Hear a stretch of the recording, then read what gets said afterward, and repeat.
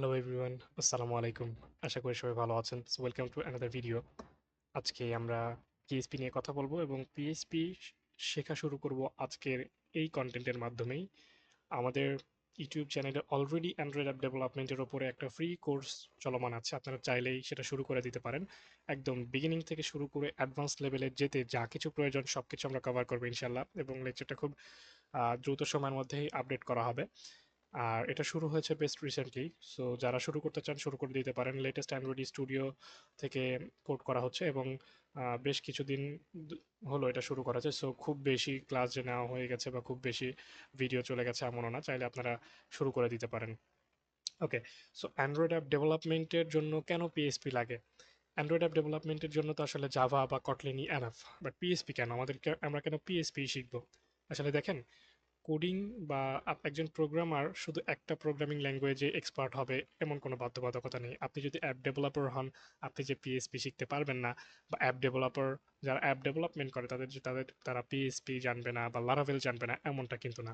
এখন বর্তমানে মার্কেট প্লেসে যে অ্যাপগুলো ঘুরে বেড়াচ্ছে বা রাজত্ব করছে আপনি বলতে পারেন, যে সমস্ত সোর্স কোডগুলা সবচেয়ে বেশি বিক্রি হয় তাদের মধ্যে আপনি দেখবেন ওয়েল ডকুমেন্টেড সোর্স কোড এবং তাদের আলাদা আলাদা অ্যাডমিন প্যানেল আছে। আগে একটা সময় ছিল যখন আমরা অ্যাডমিন প্যানেলকে ফায়ারবেস থেকে কন্ট্রোল করতাম, বাট এখন এই জিনিসটা নাই। ইউজাররা এখন একটা ইন্টারঅ্যাক্টিভ ইউআই চায়। ইউজাররা আসলে একটা ভালো ইউআই চায় যেখান থেকে তারা সবকিছু একদম স্মুথলি কন্ট্রোল করতে পারবে এবং একটা সুন্দর ইন্টারফেস চায়। সো যারা ফায়ারবেজে আগে অ্যাডমিন প্যানেল বানাইতেন ওইভাবে আসলে এখন ইউজাররা, বর্তমান সময়ের ইউজার এটার সাথে এখন অভ্যস্ত না। বা এখন আরও তারপরে আসলো আমরা যখন ফায়ারবেস পরে তারপরে আসলো অ্যান্ড্রয়েড অ্যাপ থেকে আর আলাদা একটা অ্যাডমিন অ্যাপ বানানো। একটা মেইন অ্যাপ থাকবে, তার পাশাপাশি একটা আলাদা অ্যাডমিন অ্যাপ থাকবে। সো এটাও একটু মানে অ্যানালগ অ্যানালগ টাইপের হয়ে যায়। একটা অ্যাপসের জন্য আপনাকে দুইটা অ্যাপস বিল্ড করতে হচ্ছে এবং সেটাকে একটা ফোনের মধ্যে দুইটা অ্যাপসই রান করতে হচ্ছে, এবং আপনার যদি কোনো ফোনে ওই অ্যাপসটা ইনস্টল করা না থাকে সেক্ষেত্রে আপনি আসলে অ্যাডমিন অ্যাক্সেস করতে পারছেন না। ইমার্জেন্সিতে কোথা থেকে আপনি হুট করে অ্যাডমিনটা অ্যাক্সেস করতে পারছেন না। সো এই সমস্ত সমস্যা সমাধানের জন্য বর্তমানে সবচেয়ে প্রিফারেবল এবং সবচেয়ে মোস্ট ইউজড যে কেস সেটা হচ্ছে অ্যাডমিন প্যানেল। আলাদাভাবে আপনি আলাদা ডোমেইন এবং হোস্টিংয়ে আলাদা সার্ভারে আপনার, সেটা লারাভেল স্ক্রিপ্ট দিয়ে হতে পারে, পিএসপি দিয়ে হতে পারে, যে কোনোভাবে আপনি একটা ওয়েব অ্যাডমিন প্যানেল তৈরি করবেন যেখান থেকে আপনার অ্যাপটাকে পুরোপুরিভাবে কন্ট্রোল করা যায়। সো এই প্রসেসটা জানার জন্য আমাদেরকে পিএসপি মাস্ট বি শিখতে হবে। শুধুমাত্র অ্যাডমিন প্যানেলের বেসিক না, অ্যাডমিন প্যানেলের অ্যাডভান্স লেভেলে যেতে হলেও আমাদেরকে পিএসপি লাগবেই, বিকজ অফ লারাভেল ফ্রেমওয়ার্কটা পুরোটাই আপনাকে পিএসপি দিয়েই করতে হবে। ঠিক আছে, লারাভেল ফ্রেমওয়ার্ক কাজ করতে গেলে আপনাকে পিএসপি মাস্ট বি জানতে হবে, এবং লারাভেল দিয়ে যখন আপনি একটা অ্যাডমিন প্যানেল বানাবেন ব্যাকএন্ডে, এটা প্রচুর অনেক আহ, শক্তিশালী হবে, পাওয়ারফুল হবে। সো সেই অনুযায়ী কাজ করার জন্য আমাদের পিএইচপি লাগবে। ওভারঅল যদি সবকিছু বাদ দিয়ে আমি একটা শর্ট টার্মে বলতে চাই সেক্ষেত্রে এটা হবে, অ্যান্ড্রয়েড অ্যাপের আর কিছু বাদ দেন, অ্যান্ড্রয়েড অ্যাপের অ্যাডমিন প্যানেল বানানোর জন্য হলেও আমাদেরকে পিএসপি শেখা দরকার। বাট পিএসপি এমন একটা ল্যাঙ্গুয়েজ, এমন পাওয়ারফুল একটা ল্যাঙ্গুয়েজ, আপনি এটা দিয়ে অনেক কিছু করতে পারবেন, সব কিছু করে ফেলতে পারবেন। ঠিক আছে, এটার এক্সট্রিম লেভেলের যে ইউজগুলো এগুলো দেখলে আপনি নিজেও অবাক হয়ে যাবেন যে আসলে এই ল্যাঙ্গুয়েজ দিয়ে এত কিছু করা সম্ভব। সো আর কথা না বাড়ায় পিএসপি শুরু করছি আমরা। সো চলুন আমরা আমাদের কোড এডিটরে ইন্ডেক্স ডট পিএসপি নামে একটা ফাইল ওপেন করেই রেখেছি শুরুর থেকে। সো এর আগের পর্যায়গুলা পিএসপি শুরু করার জন্য এর আগে যা যা ইনস্ট্রুমেন্ট প্রয়োজন এগুলো আসলে খুবই বেসিক। এগুলো আর দেখালাম না, আমি দেখে সময় নষ্ট করলাম না, কারণ যারা অ্যান্ড্রয়েড অ্যাপ ডেভেলপমেন্ট শিখছেন তাদের কাছে একটা সফটওয়্যার ইনস্টল করা অর্থাৎ ভিএস কোড ইনস্টল করে একটা ফাইল ক্রিয়েট করে এই পর্যন্ত আসাটা আমি মনে করি খুবই সিম্পল। সো দ্যাটস ওয়াই এটা আর দেখালাম না। তো চলেন পিএসপি শুরু করার জন্য আমাদের পিএসপি কোডটা মূলত শুরু হয়, প্রত্যেকটা কোডের একটা সিনট্যাক্স থাকে আপনারা জানেন। সো পিএসপির সিনট্যাক্স হচ্ছে আপনাকে প্রথমে একটা question sign greater than question sign, তারপরে পিএইচপি। এভাবেও লেখা যায়, পিএইচপি এভাবেও শুরু হতে পারে। কিছু কিছু ক্ষেত্রে পিএইচপি আপনি শেষ না করলেও এখান থেকে কোড করতে পারবেন, বাট আপনি যদি শেষ করতে চান তাহলে আপনাকে এভাবে একটা লেস দেন সাইন দিয়ে শেষ করতে হবে। বাই দ্য ওয়ে, আমার এই আইডিতে বা আমার এই ভিএস কোডে আর্টিফিশিয়াল ইন্টেলিজেন্স আছে। সো ভিএস কোডের যে বিল্ট ইন ফাংশন সেটা হচ্ছে কোপাইলট। এটা আপনাকে একা একাই কোডের স্নিপেটগুলো সাজেশন দিবে, এবং অনেক প্রয়োজনীয় কোড একা একা এসে বসে যাবে। আপনি চাইলে করতে পারেন, যেটা আপনার মাথায় আইডিয়া হিসেবে ঘুরছে সেটা দেখবেন যে এখানে এসে বসে গেছে। So VS code is interesting. So এখানে যেগুলো আসছে এগুলো দেখার প্রয়োজন নাই, বিকজ অফ এগুলো দেখলে আপনারা আওলায় যাইতে পারেন, প্রয়োজন নাই। সো আমি যেভাবে দেখাচ্ছি ততটুকুই দেখেন, এখানে যে সাজেশন আসছে এটা এটা মাথায় রাখার কোনো প্রয়োজন নেই। হ্যাঁ, এটা আমরা পরবর্তীতে আস্তে আস্তে যখন আমরা কোডিং এর ডিপে যাব তখন দেখবেন যে এগুলো সব বুঝে গেছেন, এবং এগুলো আপনি এখান থেকে সাজেশন নিয়ে নিয়ে খুব দ্রুত ফাস্ট কোড করে ফেলতে পারছেন। আপনার সময়টা সেভ হবে, এবং যেহেতু এআই আছে এখানে, আপনি যে কোনো একটা প্রবলেম পড়লে এআই কে জিজ্ঞেস করলে ওটা সলভ করে দেবে। কোডিং এর টোটাল এন্টায়ার কোডিং যদি যে কোনো একটা কোডিং এ যদি বাগ হয়, আপনি ধরেন 5,000 লাইন একটা কোড লিখছেন, সেখানে যদি কোনো একটা বাগ হয় বা ভুল হয়, আপনি জাস্ট এআই কে বলবেন দেখো তো কোন জায়গায় ভুল আছে, ও সলভ করে দিবে। সো ভিএস কোডে কোড করা আসলে অন্য লেভেলে, অন্যান্য আইডিয়ার ধারের কাছেও নাই। ঠিক আছে, সো চলেন শুরু করা যাক। সো আমরা দেখলাম পিএসপি কিভাবে শুরু করতে হয় এবং শেষ করতে হয়। আচ্ছা, পিএসপিতে আমরা যদি কোনো কিছু প্রিন্ট করতে চাই, তাহলে আমরা যে টার্মটা ইউজ করি সেটা হচ্ছে একো। একো একো দ্বারা আপনি যে কোনো কিছু প্রিন্ট করতে পারেন। আপনি একটা স্ট্রিং প্রিন্ট করতে পারেন, আপনি একটা ইন্টিজার প্রিন্ট করতে পারেন, আপনি একটা ডাবল প্রিন্ট করতে পারেন, এভরিথিং ইউ ওয়ান্ট। সো দেখেন, আমি এই একো কথাটা বলছি তার আগেই আমাকে এআই সাজেশন দিয়ে দিচ্ছে যে প্রিন্ট করো তুমি একো হ্যালো ওয়ার্ল্ড। অর্থাৎ আমরা যদি এটা ট্যাব চেপে আমাদের স্ক্রিনে যদি ট্যাব, আমাদের কিবোর্ডে যদি ট্যাব অপশন চাপি, তাহলে দেখেন এই কথাটা লিখে চলে আসছে, অটোমেটিক নিয়ে নিল আমার আইডি। তো ধরুন আমরা প্রোগ্রাম বা এআই থেকে শিখবো না, আমরা কোড করে শিখি, তাহলে আমাদের স্কিলটা আরেকটু ডেভেলপ হবে। আমরা লিখছি একো, একো, একর পর একটি স্পেস দিব, তারপরে ডাবল কোটেশন, ডাবল কোটেশন দিলে ডাবল কোটেশনের মধ্যে আমরা যা লিখবো সেটাই একো হিসেবে প্রিন্ট হবে। সো চলুন, হ্যালো ওয়ার্ল্ড আমরা লিখি, হ্যালো ওয়ার্ল্ড।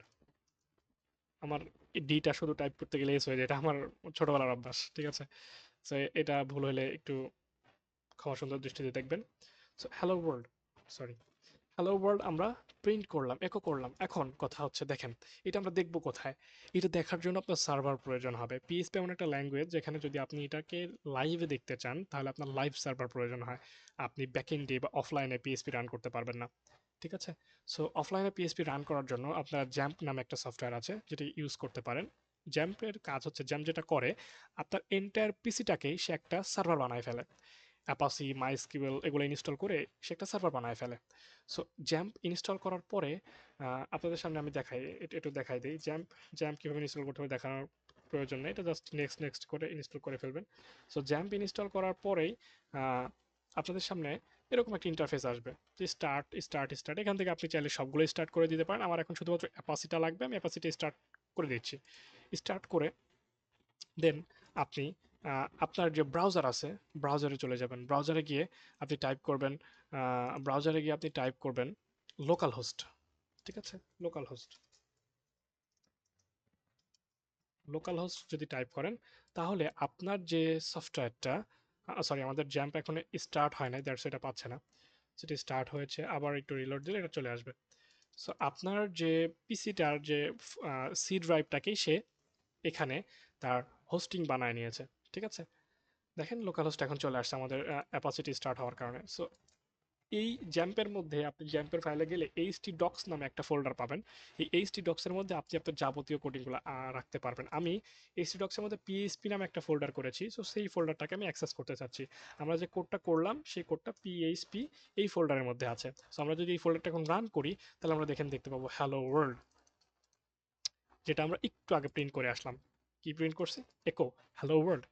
সো এটা হচ্ছে পিএইচপির একদম একদম বেসিক। আপনি যে কোনো একটা স্ট্রিংকে প্রিন্ট করার জন্য একো ইউজ করতে পারেন। এটা আমাদের অনেক কাজে লাগবে পরবর্তীতে কোড করার সময়। So চলুন আরেকটা জিনিস দেখে আসি। আমরা এখানে একটা ব্যাকস্ল্যাশ বিআর ইউজ করি, বা ব্যাকস্ল্যাশ এন যে কোনো একটা ইউজ করতে পারি। এখানে একটা বিআর ইউজ করলাম।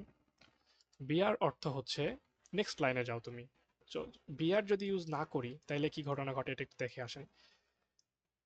সাপোজ আমি আহ, আরেকটা একো নিলাম, আমি আরেকটা একো নিলাম, জাস্ট কপি পেস্ট করছি।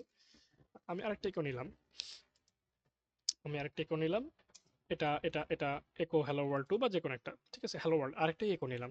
তো এটা যদি এখন রান করি, চলেন দেখি কি হয়। এটা যদি রান করি, আমার হ্যালো ওয়ার্ল্ডটা একই সাথে পরবর্তী পাশাপাশি হয়ে যাচ্ছে, তাই না? সো আমরা যদি বিআর ট্যাগটা ইউজ করি তাহলে যেটা হবে, আমরা যদি এখানে বিআর ইউজ করি একটা,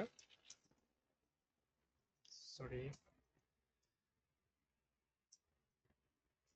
আমরা যদি এখানে একটা বিআর ইউজ করি, তাহলে যে রেজাল্টটা আসে,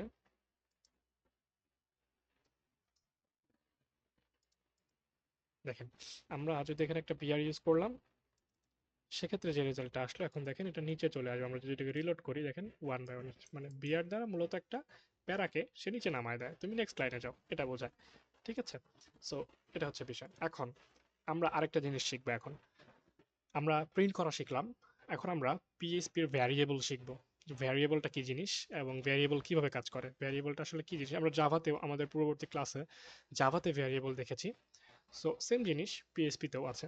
সো জাভাতে যখন আমরা ভ্যারিয়েবল কোড করেছি তখন জাভার ভ্যারিয়েবলগুলো মূলত বিভিন্ন টাইপের হয়ে থাকে এবং আপনাকে টাইপটা ডিক্লেয়ার করে দিতে হয় যে আসলে এটা কোন টাইপ। আপনি যদি জাভাতে একটা কোড ধরেন সেটাকে আপনাকে বলতে হয় যে ইন্টিজার একটা ভ্যারিয়েবলের নাম, তারপরে কি ফ্লোয়েট আরেকটা ভ্যারিয়েবলের নাম, স্ট্রিং আরেকটা ভ্যারিয়েবলের নাম। অর্থাৎ আপনার ভ্যারিয়েবল ডিক্লেয়ার করার আগে আপনাকে ভ্যারিয়েবলটা টাইপ ডিক্লেয়ার করতে হয় জাভাতে। বাট আমরা যেহেতু জাভা প্রোগ্রামিং শিখেছি অলরেডি, সেজন্য সো এখন আমরা পিএসপিতে ভ্যারিয়েবল ধরবো। বাট পিএসপিতে ভ্যারিয়েবল ধরতে গেলে আমাদের এই প্রবলেমটা নাই, পিএসপি অনেক সহজ, অনেক ইজি।